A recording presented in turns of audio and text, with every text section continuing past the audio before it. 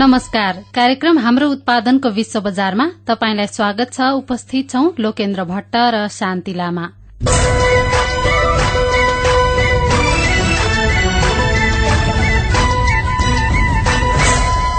कार्यक्रम हाम्रो उत्पादनको विश्व बजार यूरोपियन युनियनको आर्थिक सहयोगमा संचालित गो इन्टरनेशनल परियोजना अन्तर्गत उत्पादन गरिएको कार्यक्रम हो।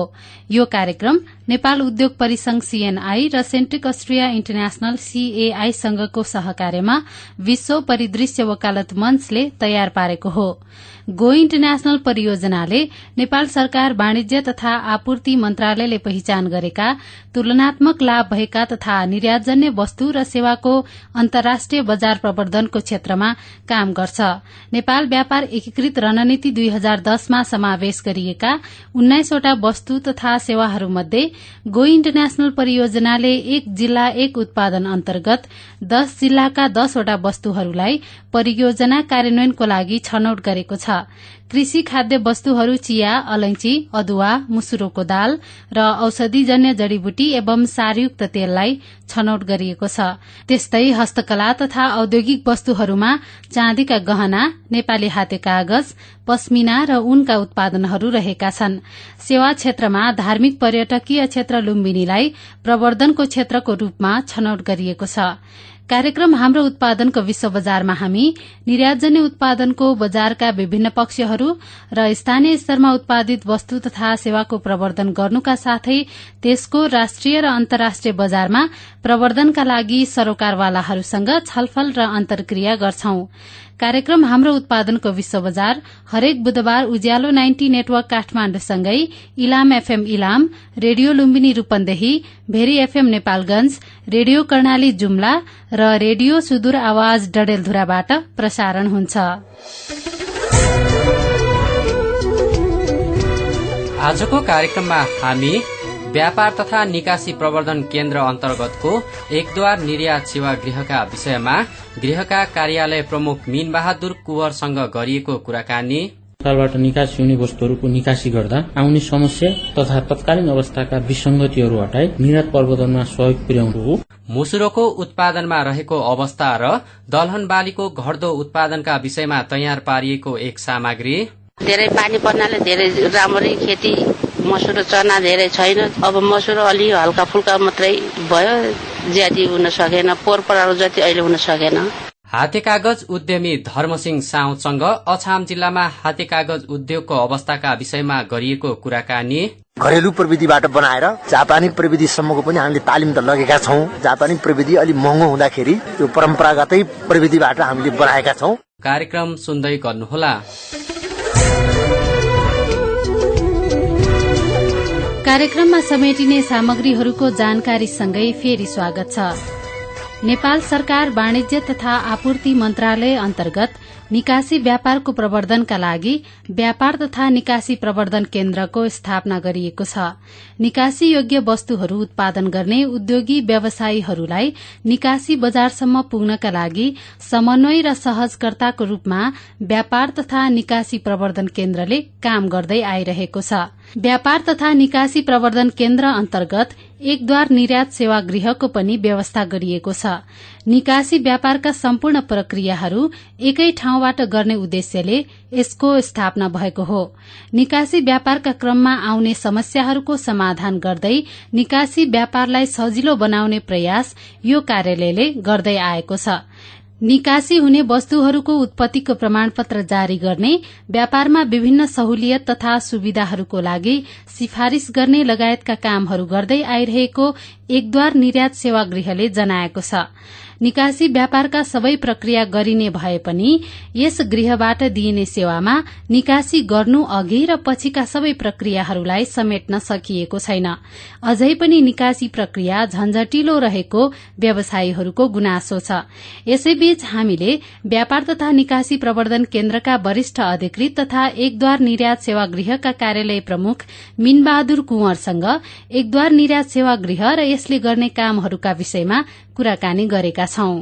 नेपालबाट निकासी हुने निकासी योग्य वस्तुहरूको निकासीलाई छिटो छरितो एउटै बिन्दुबाट यसका सम्पूर्ण प्रक्रियाहरू टुङ्ग्याउनुपर्छ भनी नेपाल सरकारसँग उहाँहरूले पटक पटक माग गर्दै आउनुभएको हो। त्यसैको सिलसिलामा मिति 2060 फागुन 1 गतेबाट यससँग संलग्न सरकारी तथा निजी व्यावसायिक वस्तुगत संघ संगठनहरूको पहलमा वाणिज्य विभागको परिसरमा 2060 फागुन 1 गते यसको स्थापना भएको हो। यसमा निजी क्षेत्रका व्यावसायिक वस्तुगत संघहरू नेपाल चेम्बर अफ कमर्स, उद्योग वाणिज्य महासंघ, हस्तकला महासंघ, तयारी पोसाक लगायत यससँग सम्बन्धित निकायहरूले गर्ने प्रक्रियागत कामहरू यो एकद्वार निर्यात सेवा गिरोहबाट नै गर्ने गरिएको छ। यो स्थापनाको उद्देश्य नेपालबाट निकास हुने वस्तुहरूको निकासी गर्दा आउने समस्या तथा तत्कालीन अवस्थाका विसंगतिहरू हटाई निर्यात प्रवर्धनमा सहयोग पुर्याउन, निर्यात योग्य वस्तुको निर्यातका सम्पूर्ण प्रक्रियाहरूलाई सरलीकरण गर्दै प्रक्रियागत कार्य एकै ठाउँमा सम्पन्न गरी निकासी प्रक्रियालाई सरल र सहज तरिकाबाट सेवा उपलब्ध गराउने उद्देश्यबाट यसको स्थापना भएको हो। यो निकासीको सम्पूर्ण प्रोसेसहरू, सम्पूर्ण प्रक्रियाहरू चाहिँ एकै ठाउँबाट सम्पन्न गर्ने गरेर यसको स्थापना भएको भन्नुभयो हैन।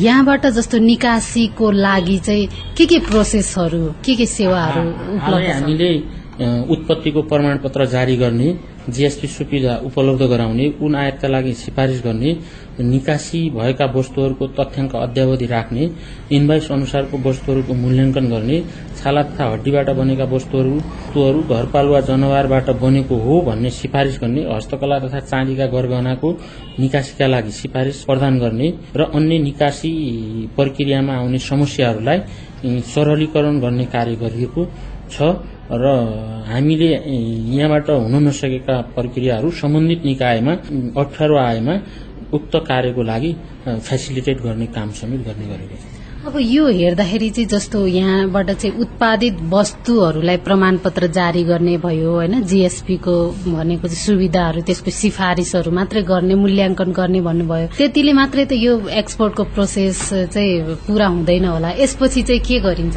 यसमा हामीलाई जुन कामको लागि हामीलाई सरकारले तोकिदिएको हुन्छ, हामीले सम्बन्धित कामहरू मात्रै गर्ने भएकोले हामीले अन्य प्रोसेसका कुराहरूमा जुन निकायबाट यो एक्सपोर्ट सम्बन्धी कुराहरू हुन्छन् उक्त निकायहरूमा हामीले चाहिँ यस्तो प्रक्रियाका कुराहरूमा अप्ठ्यारो आएको छ भनेर हामीले जानकारी अन्य प्रोसेसहरूको लागि जानकारी गराइदिने गरिएको। यो सेवा चाहिँ नहुँदाखेरि कस्तो खालको विकृतिहरू थियो? यो सेवा विभिन्न ठाउँमा छरिएर रहँदा सम्बन्धित व्यवसायहरूलाई एक त कामको झन्झटिलो हुने,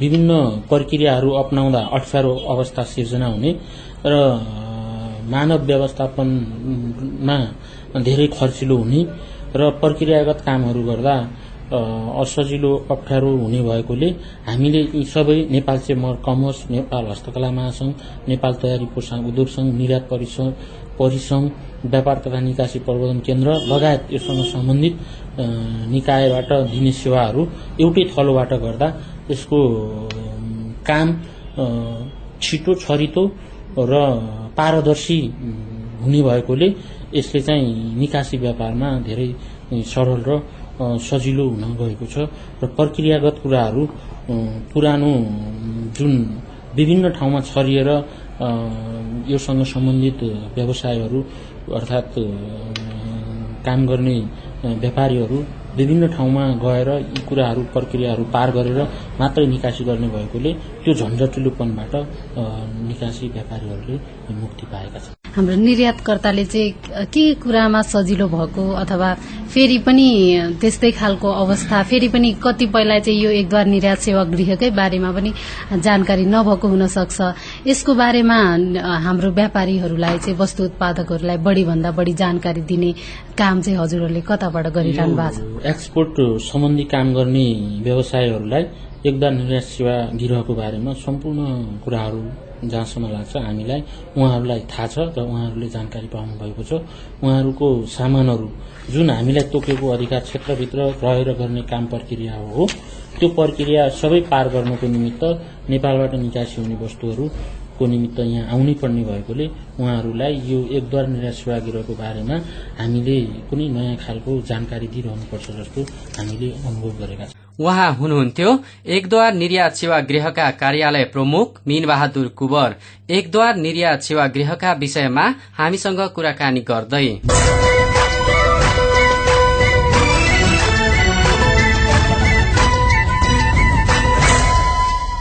निर्यातयोग्य वस्तुको सूचीमा रहेको मुसुरोको उत्पादन क्षेत्रफल बढ़े पनि उत्पादनमा भने ह्रास आएको छ।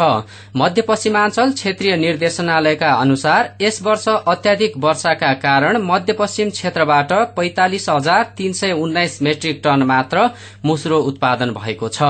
सो क्षेत्रमा मुसुरो लगाएको क्षेत्रफल 60,295 हेक्टर रहेको छ। सो जग्गामा 60,000 मेट्रिक टन मुसुरो उत्पादन हुनुपर्नेमा 45,000 मेट्रिक टन मात्र उत्पादन भएको निर्देशनालयको तथ्याङ्क छ। मुसुरो उत्पादनमा ह्रास आउनुको प्रमुख कारण मुसुरोमा फूल लागेपछि हुने वर्षा, परम्परागत खेती प्रणाली, उन्नत जातको बिउको अभाव आदि प्रमुख हुन्। सुनौ बाँकेमा मुसुरो खेतीको अवस्थाका विषयमा सहकर्मी दीपा आलेले तयार पार्नु भएको एक सामग्री। यति बेला कृषकहरू खेतबारीमा आफूले लगाएका अन्नबाली भित्राउने काममा व्यस्त छन्। चर्को घामको व्यवस्था गर्दै आफूले मेहनत गरी उत्पादन गरेको अन्नबाली भित्राउन लागि परेका छन् बाँकेका कृषकहरू। यस जिल्लामा बढ़ी जसो दलीय खेती बढ़ी हुने हुँदा यहाँका कृषकहरू आफ्ना खेतबारीका मसुरो, चना, केराउ, अरहर जस्ता दलीय खेती भित्राउन खेतबारीमा व्यस्त देखिन्छन्। तर सधैँ झै यस वर्ष भने मसुरो, चना खेतीमा हरास भने आएको किसानहरू बताउँछन्। आधुनिक तौर तरिकाले दलीय खेती हुन नसके पनि बाँकेका धेरै जसो गाविसहरूमा पुरानै तरिकाले खेती गर्ने चलन छ।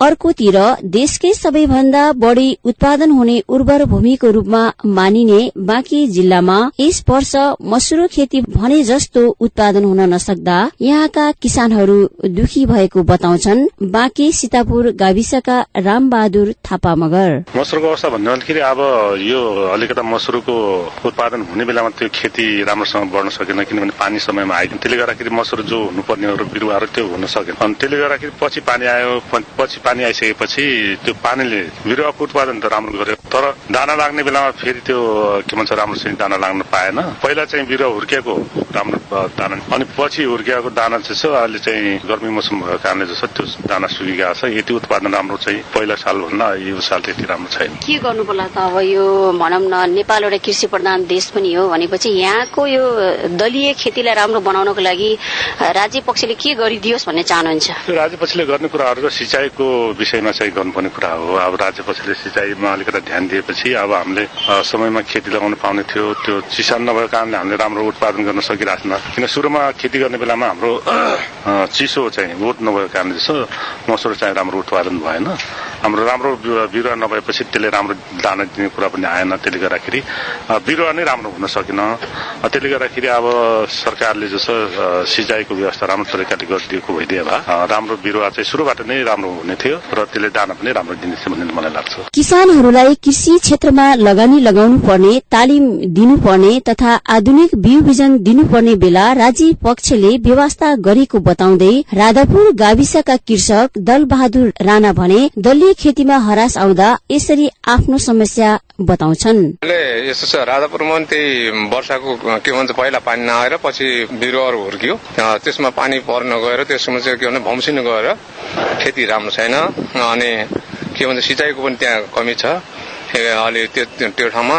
र अहिले जस्तो अब त्यहाँ चनाको खेती लागेको छ, त्यो चनाको खेतीमा चाहिँ धेरै जस्तो किरा लाग्ने, त्यो चनामा त अहिले त झन् पटक्कै हराएर धेरै जस्तो गाई गोरुलाई चराएर नै त्यहाँ भ्याइयो। अहिले चाहिँ चनाको खेती त पाउनै गाह्रो छ। र जस्तो यो कृषि विकासले विभिन्न होइन अब औषधिदेखि लिएर बिउ बिजनहरू पनि दिने काम भइरहेको छ भनेपछि यो भेगतिर भनौँ कतिको जो सहयोग गरिरहेको छ त? यस्तो छ, कृषिले पनि अब त्यति ध्यान दिएको छैन। हाम्रो त्यहाँ जेटीहरू पनि घुम्दैन, त्यहाँ हेर्दिन्न। त्यहाँ किन भन्दाखेरि हामीले बारम्बार भन्छौँ कि के गर्दा हुन्छ भने सल्लाह लिँदाखेरि त्यहाँ जेटीहरू पुग्दैन त्यो ठाउँमा। त्यही छ। र के भन्दाखेरि त्यहाँ चाहिँ फेरि सिँचाइको नै कमी छ, त्यही कारणले गर्दाखेरि पनि होला।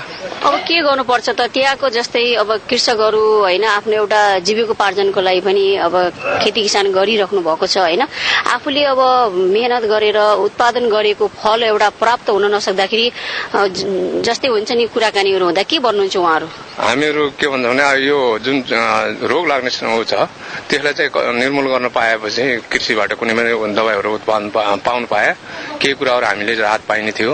त्यसमा चाहिँ हामी त्यही कमी छ। त्यो कारणले गर्दाखेरि खेतीहरू हाम्रो चाहिँ सालौं साल हाम्रो नोक्सान भएर गइरहेको छ। किसान सधैँ खेतबारीमा दुःख गरिरहन्छन्। खेतबारीमा उत्पादन गरेको अन्न बालीले नै जीविकोपार्जन गर्छन्। आफूले उत्पादन गरेको अन्न बाली आफूले चाहे अनुसार बेचबिखन गर्न भने पाउँदैनन्। किसानको दुःख किसानसँगै छ, न त राज्यले नै किसानको आवाज सुन्ने गर्दछ।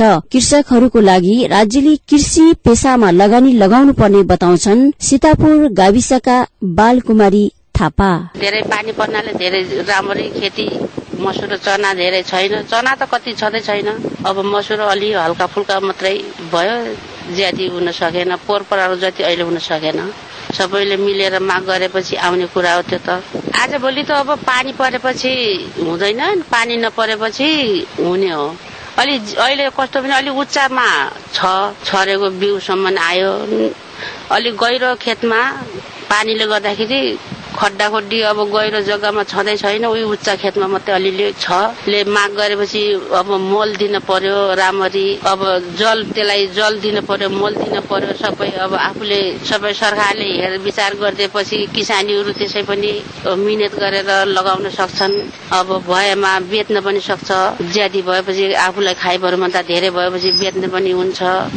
किसानी मिहिनेत गरेर पनि हुन्छ। किसानीले मिहिनेत गरेर के गर्ने हो। अब भयो हुने बेलामा पानीले कहिले बिगार्ला, कहिले पानी नआएर हुँदै हुन्न, कहिले पानी आएर बिगारिदिन्छ। किसानीको यस्तै हो, दुःखको दुःखै। जति अलिअलि भए पनि आफूले भनेको मूल्यमा बेच्न पाइँदैन। ऊ किसानी त त्यतिकै व्यापारीले तोकेको मूल्यमा बिक्री हुन्छ। अब किसानीले गरेको मूल्यमा हुँदैन। मसुरो खेतीको उत्पादन राम्रो भए पनि यस वर्ष मसुरोको फूल खेल्ने बेला पानी परेकोले मसुरो खेतीको उत्पादनमा कमी आएको छ। मसुरो उत्पादनलाई आधुनिकीकरणमा लाग्नुपर्ने, तर अहिले पनि पुरानै तरिकाले खेती गर्ने चलन भएको बताउँछन् सीतापुर गाविसका अर्का कृषक कविता बुढाथोकी। अब मौसमले अब पानी परेर अस्ति मसुरो जब फूल खेल्न लाए सब फूलहरू झारिदियो, धेरै खासै भएको पनि छैन। अनि अब त्यही हो, चनाहरू पनि अब अलिअलि भएको छ। पानी आएको मैदा त त्यही पनि हुने थिएन होला। अब धन्न अलिअलि पोहोर सालको भन्दा चाहिँ चना यो साल भएछ। अलिअलि अरारीहरू पनि त्यस्तै भएको छ। गहुँहरू पनि गर्नु पर्यो त। कृषि क्षेत्र दिन प्रतिदिन हरास हुँदै गइरहेको छ। विगतका दिनमा त्यही खेतबारीमा लगाएका अन्न बाली दलीय खेती धेरै भन्दा धेरै उत्पादन हुने गर्दथ्यो। आजभोलि खेतबारीमा लगाइने अन्न बालीमा हरास आइरहेको छ। त्यसतर्फ राज्य पक्ष गम्भीर हुन जरुरी छ। साथै नेपाल एउटा कृषि प्रधान देश भएको हुँदा पनि यहाँ उत्पादन हुने दलीय खेतीको उत्पादन बढ़ी भन्दा बढ़ी गर्नको लागि राज्य पक्षले आधुनिकीकरणको अन्नबाली खेती गराउनतिर ध्यान दिन आवश्यक छ। यो थियो बाँकेमा मुसुरोको खेतीका विषयमा सहकर्मी दीपा आलेले बनाउनु भएको एक सामग्री। तपाई अहिले युरोपियन युनियनको सहयोगमा संचालित रेडियो कार्यक्रम हाम्रो उत्पादनको विश्व बजार सुन्दै हुनुहुन्छ। यो कार्यक्रम उज्यालो 90 नेटवर्क काठमाण्डुसँगै Ilam FM Ilam, radio Lumbini Rupandehi, Bheri FM Nepalgunj, radio Karnali Jumla र रेडियो सुदूर आवाज डडेलधुराबाट सुनिरहनु भएको छ।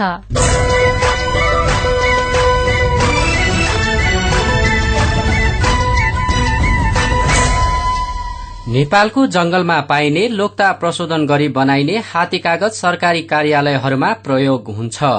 साथै प्रशोधित कागजलाई डिजाइन गरी विभिन्न सामानहरू बनाई अन्तर्राष्ट्रिय बजारमा समेत निर्यात गरिन्छ। नेपाल सरकारले नेपाली हाते कागजका उत्पादनहरूलाई अन्तर्राष्ट्रिय व्यापारमा तुलनात्मक लाभको क्षेत्रको रूपमा पहिचान गरेको छ। स्थानीय कच्चा पदार्थ, ज्ञान सिप तथा प्रविधि र जनशक्तिको उपयोगबाट साना लगानीमा अहिले लोक्ता कागज उत्पादन हुँदै आइरहेको छ। प्रशस्त मात्रामा कच्चा पदार्थ पाइने भए पनि बजार लगानी तथा समयानुकूल प्रविधिको अभावमा यसको उत्पादन र व्यापारमा उल्लेख्य उपलब्धि हासिल गर्न सकिएको छैन। हाम्रा डडेलधुरा सहकर्मी निर्मला ठकुराठीले अछाम भटकाटिया गाउँ विकास समिति वडा नम्बर 9 मा रहेको लक्ष्मी हाते कागज उद्योगका धर्मसिंह साउदसँग अछाममा हाते कागजको उत्पादन र व्यापारको अवस्थाका विषयमा कुराकानी गर्नुभएको छ। यो उद्योग हामीले 2041 सालदेखि सुरु गरेर 32 सालबाट हामीले उत्पादन सुरु गर्न थालेका हौं। अनि हाम्रो यो लोकताबाट बनाइराखेका छौँ। लोकता हाम्रो रामारोसन क्षेत्रमा यो पर्छ। पहिलाको जस्तो छेपछेप्ची लोकता छैन। त्यसको विकल्पमा अहिले बाबियो पनि प्रशोधन गरेर उत्पादन गर्ने गरेका छौँ। बाबियोको सम्भावना हाम्रो क्षेत्रमा धेरै राम्रो छ। यसको पनि मार्केटिङ चाहिँ हामीले काठमाडौँसम्म लाँदाखेरि पनि ल बाबियोकै मात्रै बनाएर ल्याए पनि हामी लिइदिन्छु, राम्रो क्वालिटीको बनाउनुहोस् भनेर भनिराखेको छ। अछाममा तपाईँ बाहेक अरू कतिजनाले हाते कागज उत्पादन गरिराख्नु भएको छ? अछाम जिल्लामा म जस्ता 2-3 साथीहरू छन्। सुरुदेखि हामी घरेलु प्रविधिबाट बनाएर जापानी प्रविधिसम्मको पनि हामीले तालिम त लगेका छौँ। जापानी प्रविधि अलि महँगो हुँदाखेरि स्थगित राखेर अब यो पुरानै यो परम्परागतै प्रविधिबाट हामीले बनाएका छौँ। यसको मार्केट पनि राम्रै छ। 43 देखि सुरु गर्दाखेरिसम्म अहिले यसको बजारको अवस्था धेरै माथि पुगिसकेको अवस्था हो। होलसेल बजार काठमाडौँमा रहेछ। काठमाडौँमा अब कम लिएर जाँदाखेरि त्यसमा भाडा धेरै पर्छ। धेरै उत्पादन अब गर्न सके त त्यहाँ त अब दिनकै ट्रकको हिसाबले पनि बिक्री हुँदो रहेछ। अब हामीले हातबाट बनाउनु पर्दाखेरि अब हामी धेरै बनाइ सक्दैनौँ है। अहिले बढाउँदा हामीले 10 जनालाई हामीले रोजगारी दिइराखेका छौँ। अब अझ विस्तार गरेर 40 जनासम्मलाई रोजगारी दिने 1-2 वर्षभित्रै श्रीमन्त हामी वृद्धि गर्दैछौँ। स्थानीय स्तरमा यो के लागि युजमा ल्याउनुहुन्छ तपाईँले? गाउँघरमै चाहिँ अब लेनदेन गर्थे। त्यसबेला तमसुक भन्ने हुन्थ्यो हजुर। तमसुक चाहिँ अब यो चाहिँ 1000 वर्ष राखे पनि यो सड्दैन, किलोले काट्दैन। तमसुकको लेख्ने काममा माल अदालतमा निवेदन होइन, मुद्दा मामिला काममा यो बढी चाहिँ प्रयोग हुन्छ। ब्याङ्कहरूमा पनि अहिले तमसुक छाप्ने काम त गरेका छन्, तर यो हाम्रो अछाममै छाप्दैन। उनीहरू कागज त हाम्रै हो, धनगढी भयो, नेपालगञ्ज भयो, त्यो साइडबाट उनीहरूले चाहिँ होलसेल क्षेत्रबाटै हामी छापाएर ल्याउँछु। अब यहाँ छाप्ने अधिकार हामीलाई दिँदैन भन्छ तिनीहरू हजुर होइन। त्यो तमसुकको काममा हाम्रो बजार लिइराखेको छ। तपाईँले चाहिँ मन्थली कति उत्पादन गर्नुहुन्छ? मन्थली त अब यसमा एक दिनको पर व्यक्तिले 300 देखि 400 पिस टाउ एक दिनमै त्यति चाहिँ अब उत्पादन गर्न सक्छ। बदली भएको मौसम बर्खा मौसममा सुक्दैन। सुकाउने प्रविधि हामीहरूसँग अब नयाँ केही छैन। घामकै सहरमा सुकाउनु परेको हुँदाखेरि मौसम क्लियर चाहिन्छ। तपाईले उत्पादन गरेपछि एकैचोटि बेच्नलाई काठमाडौँतिर लग्नुहुन्छ? 3 महिना 4 महिनाको हजुर होइन, जम्मा गरेर अनि एकैचोटि लग्नु? एकचोटि लिन्छ। अब त्यो थोरै लिएर 1-2 बोरा लिएर त वहाँ केही पर्दैन हजुर होइन। त्यो कमसेकम अब 200-300 कोरी 10-20 बोरा बनिसकेपछि अनि चाहिँ बल्ल हामी चाहिँ काठमाडौँमा लग्छौँ। कसरी बेच्नुहुन्छ? उहाँ काठमाडौँमा अब यो 10 ग्रामको 800 रुपियाँ कोरी छ अहिले। 20 ग्रामको 2000 देखि 3000 सम्म पर्छ। अब 40 ग्रामको 4000 देखि 6000 सम्म पर्छ। यो यसमा हाम्रो 3टा क्वालिटी छ। एउटा 40 ग्रामको, 20 ग्रामको, एउटा 15 ग्रामको, एउटा 10 ग्रामको। फरक हो। त्यो जस्तो चाहिँ ग्राहकले उत्पादन गर्यो त्यस्तै हामीलाई अर्डर गरेपछि हामी 50 ग्रामको 100 ग्रामको पनि हामी बनाइदिन सक्छौँ होइन हजुर। प्रचलनमा 10 ग्रामदेखि 40 ग्रामसम्मको चाहिँ माग हुन्छ। धेरै मोटो केमा युज हुन्छ, त्यस पछाडि यो पातलो खाले कस्तोमा युज हुन्छ? एकदम 3 ग्रामदेखि 5 ग्रामसम्मको पातलो त्यो महिलाहरूले बत्ती बनाउँदो रहेछ त्यसमा प्रयोग हुन्छ। तमसु लेख्ने काममा अब 10 ग्रामको प्रयोग हुन्छ। 15 ग्रामको 20 ग्रामको कागज फिनिसिङ गरेर बुट्टा भरेर विदेशमा सप्लाई गर्दो रहेछ। 10 जना राख्नु भएको छ होइन? यो सालदेखि हामीले 10 जना कालीगढहरू चाहिँ रोजगारीको बाटो यही हो? रोजगारीको बाटो हामीले यही हो। यसको लागि चाहिने सबै सामानहरू त्यहाँ राम्रैसँग पाउँछ सहजै? यो कच्चा पदार्थ अहिले त्यहाँ पाइराखेको छ।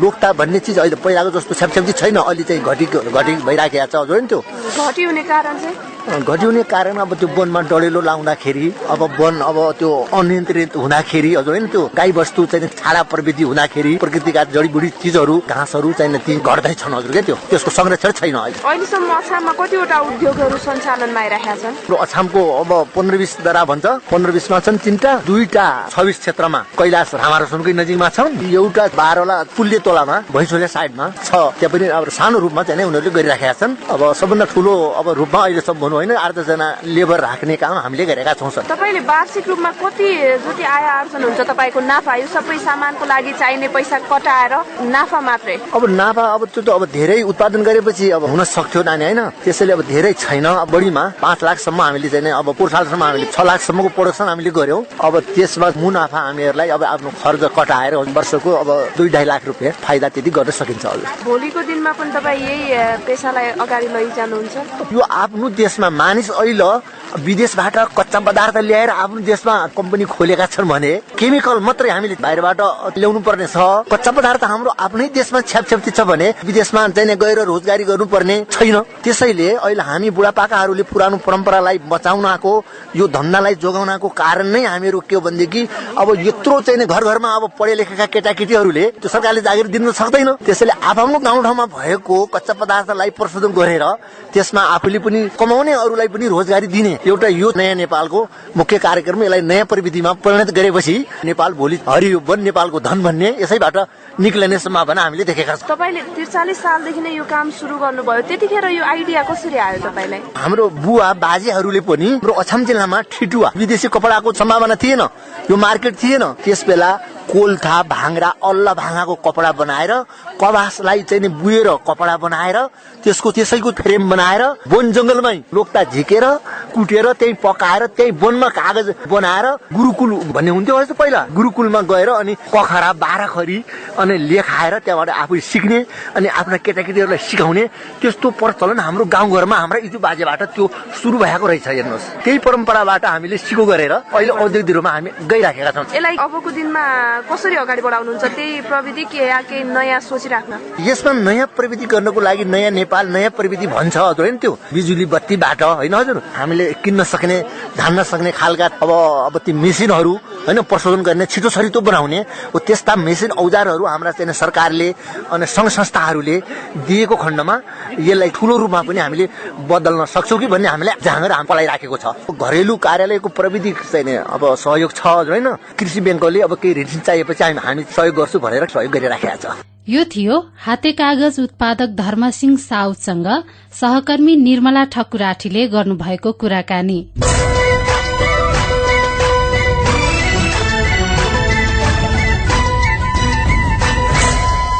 आजको कार्यक्रम यति नै। कार्यक्रम बारे तपाईको सल्लाह सुझाव पठाउनका लागि हाम्रो ठेगाना हो रेडियो कार्यक्रम हाम्रो उत्पादनको विश्व बजार, विश्व परिदृश्य वकालत मंच, post box number 9929 Kalanki Kathmandu. Phone तथा फ्याक्स नम्बर 0142814111। साथमा हाम्रो इमेल ठेगाना wvaf.radio@gmail.com मा पनि पत्राचार गर्न सक्नुहुन्छ। तपाई हामीलाई उत्पादन तथा व्यापार सम्बन्धी प्रश्न तथा समस्या पनि पठाउन सक्नुहुन्छ। यसका साथै तपाईले हाम्रो उत्पादनको विश्व बजार सुनिरहनु भएको स्थानीय रेडियो मार्फत पनि हामीलाई सल्लाह र सुझाव पठाउन सक्नुहुन्छ। आजको कार्यक्रम सुन्न भएकोमा तपाईलाई धेरै धेरै धन्यवाद। कार्यक्रम उत्पादन सहयोगी दिनेश निरौला र गो इन्टरनेशनल परियोजनाका प्रबन्धक सीता गौतम आचार्यलाई पनि धन्यवाद दिँदै आगामी सातासम्मका लागि कार्यक्रमबाट शान्ति लामा र लोकेन्द्र भट्ट बिदा हुन्छौं। नमस्कार।